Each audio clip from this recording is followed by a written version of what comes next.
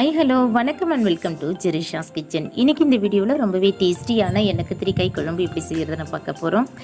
வீடியோக்குள்ளே போகிறதுக்கு முன்னாடி நீங்கள் நம்ம சேனலை ஃபஸ்ட் டைம் பார்க்குறீங்கன்னா மறக்காமல் சப்ஸ்கிரைப் பண்ணிட்டுங்க. கூடவே இந்த பெல் ஐக்கானையும் கிளிக் பண்ணிவிடுங்க. ப்ளீஸ் உங்கள் ஃப்ரெண்ட்ஸ் அண்ட் ரிலேட்டிவ்ஸ்க்கும் ஷேர் பண்ணுங்கள். இப்போ இந்த குழம்புக்கு நம்ம மசாலா ரெடி பண்ண போகிறோம். அதுக்கு ஒரு பேனை ஹீட் பண்ணி ஒரு குழிக்கரண்டி அளவுக்கு நல்லெண்ணெய் சேர்த்துக்கிறேன். கூட ஒரு கைப்பிடி அளவுக்கு ஆனியனை பொடியாக கட் பண்ணி வச்சுருக்கேன், அதை சேர்த்துக்கலாம். ஆனியன் ஓரளவு வதங்கிட்டுங்க, நம்ம மற்ற பொருட்களை சேர்த்துக்கலாம். இப்போ இதில் 6லேருந்து 7 பல்லு பூண்டு உரித்து வச்சுருக்கேன், அதை சேர்த்துக்கிறேன். கூட 1 ஸ்பூன் மிளகு, 1/2 ஸ்பூன் சீரகம், இது ரெண்டுத்தையும் சேர்த்து நல்லா கலந்து விட்டுக்கலாம்.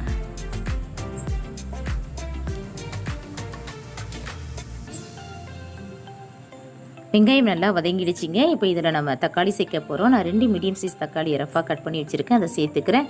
வெங்காயமும் தக்காளி நல்லா வதங்குறதுக்கு இது கூட கொஞ்சமாக உப்பு சேர்த்து நல்லா கலந்து விட்டுக்கலாம். ஸோ இப்போ வெங்காயம் தக்காளி எல்லாம் நல்லா வதங்கிடுச்சு, நம்ம ஸ்டவ் ஆஃப் பண்ணிடலாம். இது நல்லா ஆறின பிறகு நம்ம அரைச்சி குழம்புல சேர்க்க போகிறோம். அது ஒரு பக்கம் இருக்கட்டும். இப்போ நம்ம கத்திரிக்காயை வதக்க போகிறோம். அதுக்கு மறுபடியும் பேனை ஹீட் பண்ணி நான் ஒரு அரை குழிக்கரண்டி அளவுக்கு நல்லெண்ணெய் சேர்த்துக்கிறேன். ஸோ கத்திரிக்காயை இதை போல், அதாவது பின்னாடி காம்பு கொஞ்சம் வச்சுக்கோங்க. இந்த மேல் சைடில் லைட்டாக 4 கீரலாக கிடைக்குங்க. பூச்சி எதுவும் இல்லாமல் எல்லாத்தையும் நல்லா செக் பண்ணிவிட்டு இந்த போல் நல்லா கட் பண்ணி எடுத்துக்கோங்க. இப்போ இதை நம்ம எண்ணெயில் சேர்த்து வதக்க போகிறோம்.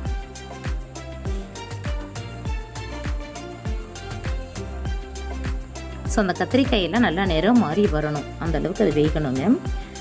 ஸோ இப்போவே கொஞ்சம் நல்லா நிறம் மாறிடுச்சு. இது இன்னும் கொஞ்சம் நல்லா மாறி வரட்டும். ஸோ நல்லா வெந்து வந்துடுச்சு. இப்போ நான் வேறொரு பாத்திரத்துக்கு ட்ரான்ஸ்ஃபர் பண்ணிக்கிறேன். இப்போ இந்த பேன்லேயே தேவையான அளவு எண்ணெய் சேர்த்துக்கலாம். இப்போ நான் நல்லெண்ணெய் தாங்க சேர்க்குறேன். எண்ணெய் கத்திரிக்காய் குழம்புக்கு நீங்கள் நல்லெண்ணெய் சேர்த்து செஞ்சிங்கன்னா ரொம்பவே டேஸ்டியாக இருக்கும். இது கூட ஒரு 1/2 டீஸ்பூன் அளவுக்கு வெந்தயம் சேர்த்துக்கிறேன். 1/4 டீஸ்பூன் கடுகு, 1/4 டீஸ்பூன் சீரகம். ஸோ அந்த தாளிப்பு நல்லா பொரிஞ்சு வரட்டும். இப்போ இது கூட ஒரு கைப்பிடி அளவுக்கு சின்ன வெங்காயத்தை ரஃபாக கட் பண்ணி வச்சுருக்கேன், அதை சேர்த்துக்கிறேன். சில வெங்காயத்தை நான் முழுசாக கூட போட்டிருக்கேங்க.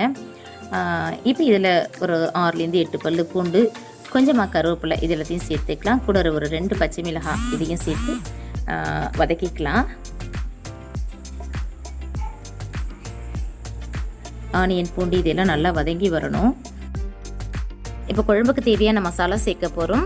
1/4 டீஸ்பூன் மஞ்சத்தூள், 1 ஸ்பூன் மிளகாய்த்தூள், 2 ஸ்பூன் மல்லித்தூள், இதெல்லாம் சேர்த்துக்கிறேன். நீங்கள் குழம்பு மிளகாய்த்தூள் சேர்க்குறதா இருந்தால் 3 ஸ்பூன் அளவு சேர்த்துக்கோங்க. இப்போ நாம் ஏற்கனவே வதக்கி ஆற வச்சுருந்தோம் இல்லையா, அந்த மசாலாவை அரைச்சி எடுத்து வச்சுருக்கேன், அதை சேர்த்துக்கிறேன். மசாலாவை சேர்த்து நல்லா கலந்து விட்டுக்கோங்க.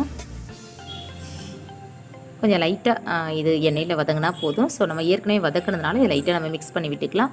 இப்போ நம்ம எண்ணெயில் வதக்கி வச்சுருக்கிற கத்திரிக்காயை சேர்த்துக்கலாம்.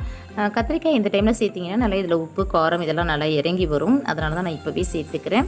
சேர்த்து ஒரு முறை இது நல்லா கொஞ்சம் கலந்துட்டு கொஞ்சம் எண்ணெயில் வேகட்டும். இது கூட குழம்புக்கு தேவையான அளவு உப்பு சேர்த்துக்கலாம். நம்ம ஏற்கனவே மசாலா கூடயும் உப்பு சேர்த்து வதக்கியிருக்கோம், அதனால் கொஞ்சம் பார்த்து சேர்த்துக்கலாம். இப்போ இது கூட நம்ம புளி கரைசல் சேர்க்க போகிறோம். ஒரு சின்ன லெமன் சைஸ் அளவுக்கு நான் புளியை ஊற வச்சுருக்கேன். இதை கரைசல் எடுத்து நம்ம குழம்பு கூட சேர்த்துக்கலாம்.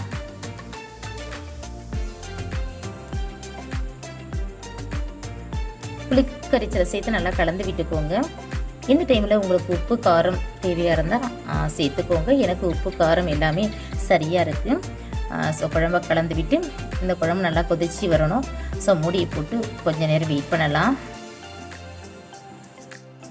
இப்போ நான் முடியை ஓப்பன் பண்ணிடுறேங்க. பாருங்கள், குழம்பு நல்லா கொதிச்சு எண்ணெய்லாம் பிரித்து வந்திருக்கு. கத்திரிக்காயெலாம் நல்லா வெந்துருச்சு. குழம்பு நல்ல வாசனையாக இருக்குங்க.